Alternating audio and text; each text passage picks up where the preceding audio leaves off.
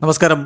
Raf talk ഫുട്ബോളിലേക്ക് അവർക്കും സ്വാഗതം. ഫിഫ വേൾഡ് കപ്പിൽ ബ്രസീൽ ഗ്രൂപ്പ് സ്റ്റേജിലെ തങ്ങളുടെ അവസാന മത്സരം ഏകപക്ഷീയമായ 3 ഗോളുകൾക്ക് സ്കോട്ട്ലൻഡിനെ പരാജയപ്പെടുത്തിക്കൊണ്ട് ഗംഭീരമായിട്ട് വിജയം ആഘോഷിച്ച് ഗ്രൂപ്പ് ചാമ്പ്യന്മാരായിട്ട് റൗണ്ട് ഓഫ് 32 കടന്നിരിക്കുകയാണല്ലോ.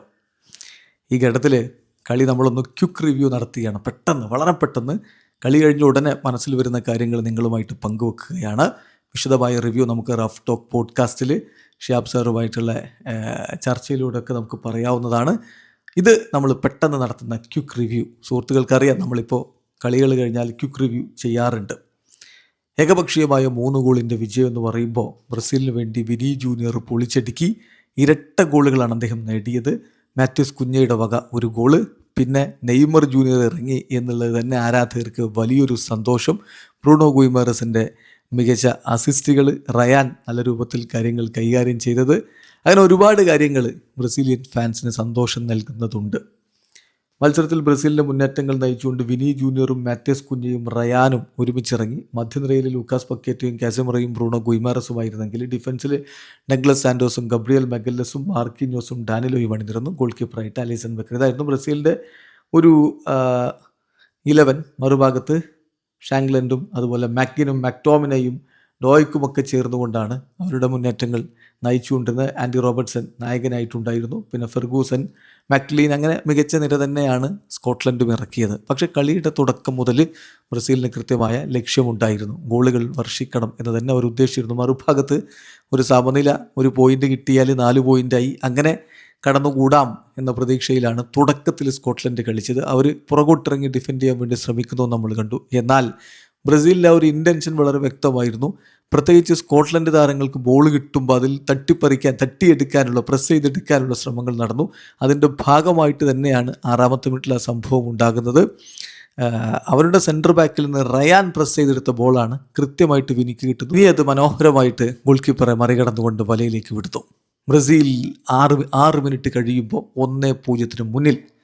നമ്മൾ ഇന്നലെ ലൈവിൽ പറഞ്ഞൊരു കാര്യമുണ്ട്, തുടക്കത്തിൽ ബ്രസീൽ ഗോൾ നേടിയാൽ കൂടുതൽ ഗോളുകൾ വരും, അല്ലെങ്കിൽ സ്കോട്ട്ലൻഡ് അവർക്ക് ആ ഒരു പോയിന്റിന് വേണ്ടിയിട്ട് ടൈറ്റ് ഡിഫൻസുമായിട്ട് നിൽക്കും. അതല്ല, തുടക്കത്തിൽ ഗോൾ വീണാൽ കളി ഓപ്പണപ്പാവും. കാരണം പിന്നെ സ്കോട്ട്ലൻഡിന് തോൽവി കൊണ്ട് രക്ഷപ്പെടാൻ പറ്റൂല. സമനിലയാണ് അവർക്ക് ഏറ്റവും കൂടുതലായിട്ട് അത്യാവശ്യമായിട്ടുണ്ടായിരുന്നത്. അതുകൊണ്ട് അവർ പിന്നെ തിരിച്ചടിക്കാൻ വേണ്ടി ശ്രമങ്ങൾ നടത്തും, കളി ഓപ്പണപ്പാവും. അത് തന്നെയാണ് പിന്നീട് സംഭവിക്കുന്നത്. അങ്ങനെ ഇരിക്കുന്ന ഘട്ടത്തിലാണ് വിനി ഒരിക്കൽ കൂടി അവരുടെ ഒരു ഡിഫൻഡർ പ്രസ് ചെയ്ത് ബോൾ എടുത്തിട്ട് കിടലനായിട്ട് ഫിനിഷ് ചെയ്ത് ആഘോഷം നടത്തുന്നത്. 2ാമത്തെ ഗോൾ വീണു എന്ന് നമ്മൾ കരുതിയതാണ്. പക്ഷേ റഫറി വാറൊക്കെ ചെക്ക് ചെയ്ത് ചെറിയ ഒരു ഫൗൾ അതിൽ വന്നു എന്നുള്ളത് കൊണ്ട് അത് റൂൾഡ് ഔട്ടാക്കി. പക്ഷേ ആദ്യ പകുതി അവസാനിക്കുന്നതിന് മുമ്പ് മനോഹരമായ മറ്റൊരു ഗോൾ കൂടി ബ്രസീൽ നേടുന്നു. ബ്രൂണോ ഗുയിമാറസിൻ്റെ കിടിലൻ ക്രോസ്, അതിൽ നിന്ന് ഹെഡറിലൂടെ വിനി ജൂനിയർ പന്ത് വലയിലേക്ക് എത്തിക്കുന്നു. ഇടവേള സമയത്ത് ബ്രസീൽ 2-0 മുന്നിലായിരുന്നു. ഇടവേള വരെയുള്ള ബ്രസീലിൻ്റെ ഒരു പ്രകടനം നമ്മൾ എടുത്തു നോക്കിയാൽ ബ്രസീൽ ശരിക്കും പറഞ്ഞാൽ നല്ല രൂപത്തിൽ തന്നെയാണ് കളിച്ചുകൊണ്ടിരുന്നത്. ഒരുപക്ഷെ കഴിഞ്ഞ മത്സരങ്ങളിൽ നിന്ന് വ്യത്യസ്തമായിട്ട് കുറച്ചുകൂടി കോൺഫിഡൻ്റ് ആയിട്ട് ബ്രസീൽ കളിക്കുന്നു, കുറച്ചുകൂടി ഡയറക്റ്റായിട്ട് ബ്രസീൽ കളിക്കുന്നു. അപ്പോഴും നമുക്ക് തോന്നിയത് കുറച്ചുകൂടി റിസ്ക് എടുത്ത് മുന്നോട്ട് കയറിയാൽ ഒന്നുകൂടി റിസൾട്ട് വരുമെന്ന ഫീൽ ഉണ്ടായിരുന്നു. പക്ഷേ മിഡ്ഫീൽഡിൽ നിന്ന് ക്രിയേറ്റിവിറ്റി ഉണ്ടായിരുന്നില്ല. ലാക്ക് ഓഫ് ക്രിയേറ്റിവിറ്റിയാണ് മിഡ്ഫീൽഡിൽ നമ്മൾ കണ്ടത്. എന്നാൽ സ്കോട്ട്ലൻഡ് താരങ്ങൾ പ്രസ് ചെയ്ത് ബോൾ എടുക്കുക, അതിൽ നിന്ന് കിട്ടുന്ന ഫലം അത് വളരെ ഇമ്പോർട്ടൻ്റ് ആയിട്ട് കളിയുടെ ആദ്യ പകുതിയിൽ നമ്മൾ കാണുകയും ചെയ്തു. വിനി ജൂനിയർ ഇൻക്രെഡിബിൾ ആയിട്ടുള്ള പെർഫോമൻസ് ആണ് നടത്തിയത്. റയാൻ അദ്ദേഹത്തെ ഏൽപ്പിച്ച ജോലി, വലതുപാർശ്വത്തിൽ റാഫിഞ്ഞയ്ക്ക് പകരം ഇറങ്ങിയ റയാൻ നന്നായിട്ട് ഹാർഡ് വർക്ക് ചെയ്യുന്നുണ്ടായിരുന്നു. അദ്ദേഹവും വിനിയും ചേർന്ന് നല്ല രൂപത്തിൽ കാര്യങ്ങൾ മുന്നോട്ട് കൊണ്ടുപോയിരുന്നു മുന്നേറ്റത്തിൽ എന്നുള്ളത് പറയാതെ വയ്യ. മാത്യൂസ് കുഞ്ഞ ഹാർഡ് വർക്കിംഗ് ആയിരുന്നു, പക്ഷേ മുന്നേറ്റത്തിലേക്കുള്ളൊരു കോൺട്രിബ്യൂഷൻ അത്രത്തോളം വന്നിരുന്നോ എന്ന കാര്യത്തിൽ സംശയമുണ്ട്. അതേസമയം ലൂക്കാസ് പക്വേറ്റ അത്ര മികവിലേക്ക് പോയില്ല. കാസമിറോയും അത്ര മികവിലേക്ക് പോയില്ല. ലൂക്കാസ് പക്വേറ്റ ഫസ്റ്റ് ഹാഫിൽ മാത്രം 6 പാസുകൾ മിസ്പ്ലേസ് ചെയ്യുന്ന ഒരു അവസ്ഥയും നമ്മൾ കണ്ടു. സോ അവിടെ കുറച്ച് പാളിച്ചകൾ മധ്യനിരയിൽ ബ്രസീലിന് പറ്റിയിട്ടുണ്ടായിരുന്നു ആദ്യ പകുതിയിൽ. ഡഗ്ലസ് സാന്റോസ് ആണെങ്കിൽ ബ്രില്യൻ പെർഫോമൻസ് ആണ് അദ്ദേഹത്തിൻ്റെ വിങ്ങിൽ കളിച്ചുകൊണ്ടിരുന്നത്. ആദ്യ പകുതി അങ്ങനെയാണ് നമുക്ക് അസസ് ചെയ്യാൻ പറ്റുക. 2ാം പകുതിയിലേക്ക് കളി പോകുമ്പോൾ ബ്രസീലിനെ സംബന്ധിച്ചിടത്തോളം കൂടുതൽ ഗോളുകൾ എന്നൊരു ലക്ഷ്യത്തിലേക്ക് ബ്രസീൽ മാറുന്നു. മറുഭാഗത്ത് ഹെയ്ത്തി നന്നായിട്ട് മൊറോക്കോക്ക് പണി കൊടുക്കുന്നുണ്ടെന്ന് കാണുമ്പോൾ ബ്രസീലിനൊന്ന് റിലാക്സ് ചെയ്യാനുള്ളൊരു അവസരം യഥാർത്ഥത്തിലുണ്ടായിരുന്നു. തുടക്കത്തിൽ തന്നെ ആൻഡി റോബർട്ട്സിനെ പിൻവലിച്ച് ടേണിയെ ഇറക്കിക്കൊണ്ടാണ് സ്കോട്ട്ലൻഡ് രണ്ടാം പകുതിക്ക് വന്നത്. എന്നാൽ കളിയുടെ 60ാമത്തെ മിനിറ്റിൽ അതൊരു സൂപ്പർ ഗോളായിരുന്നു. മനോഹരമായ നീക്കം. ബ്രസീൽ ജോഗോ ബൊണീറ്റോ കളിക്കുന്നു എന്നൊക്കെ പറയാവുന്ന തരത്തിലുള്ളൊരു പെർഫോമൻസാണ് ആ ഒരു നിമിഷത്തിൽ വന്നത്. ബ്രൂണോ ഗുയ്മാറസിൻ്റെ മാന്ത്രിക പാസ്, മനോഹരമായ രൂപത്തിൽ മാത്യസ് കുഞ്ഞയുടെ ഗോള്, അതാണ് ബ്രസീലിൽ നിന്ന് നമ്മൾ പ്രതീക്ഷിക്കുന്ന, നമ്മൾ ആഗ്രഹിക്കുന്ന കളി. 60 മിനിറ്റിൽ ബ്രസീൽ 3 ഗോളുകൾക്ക് മുന്നിലായി കഴിഞ്ഞു. പിന്നാലെ നമ്മൾ കാണുന്നത് സബ്സ്റ്റിറ്റ്യൂഷനുകളിലേക്ക് കോച്ച് പോകുന്നതാണ്. കാസമിറോയെ പിൻവലിച്ച് ഫാബിഞ്ഞോയെ ഇറക്കുന്നു. ലൂക്കാസ് പക്വറ്റയെ പിൻവലിച്ച് ഗബ്രിയൽ മാർട്ടിനലിയെ കൊണ്ടുവരുന്നു.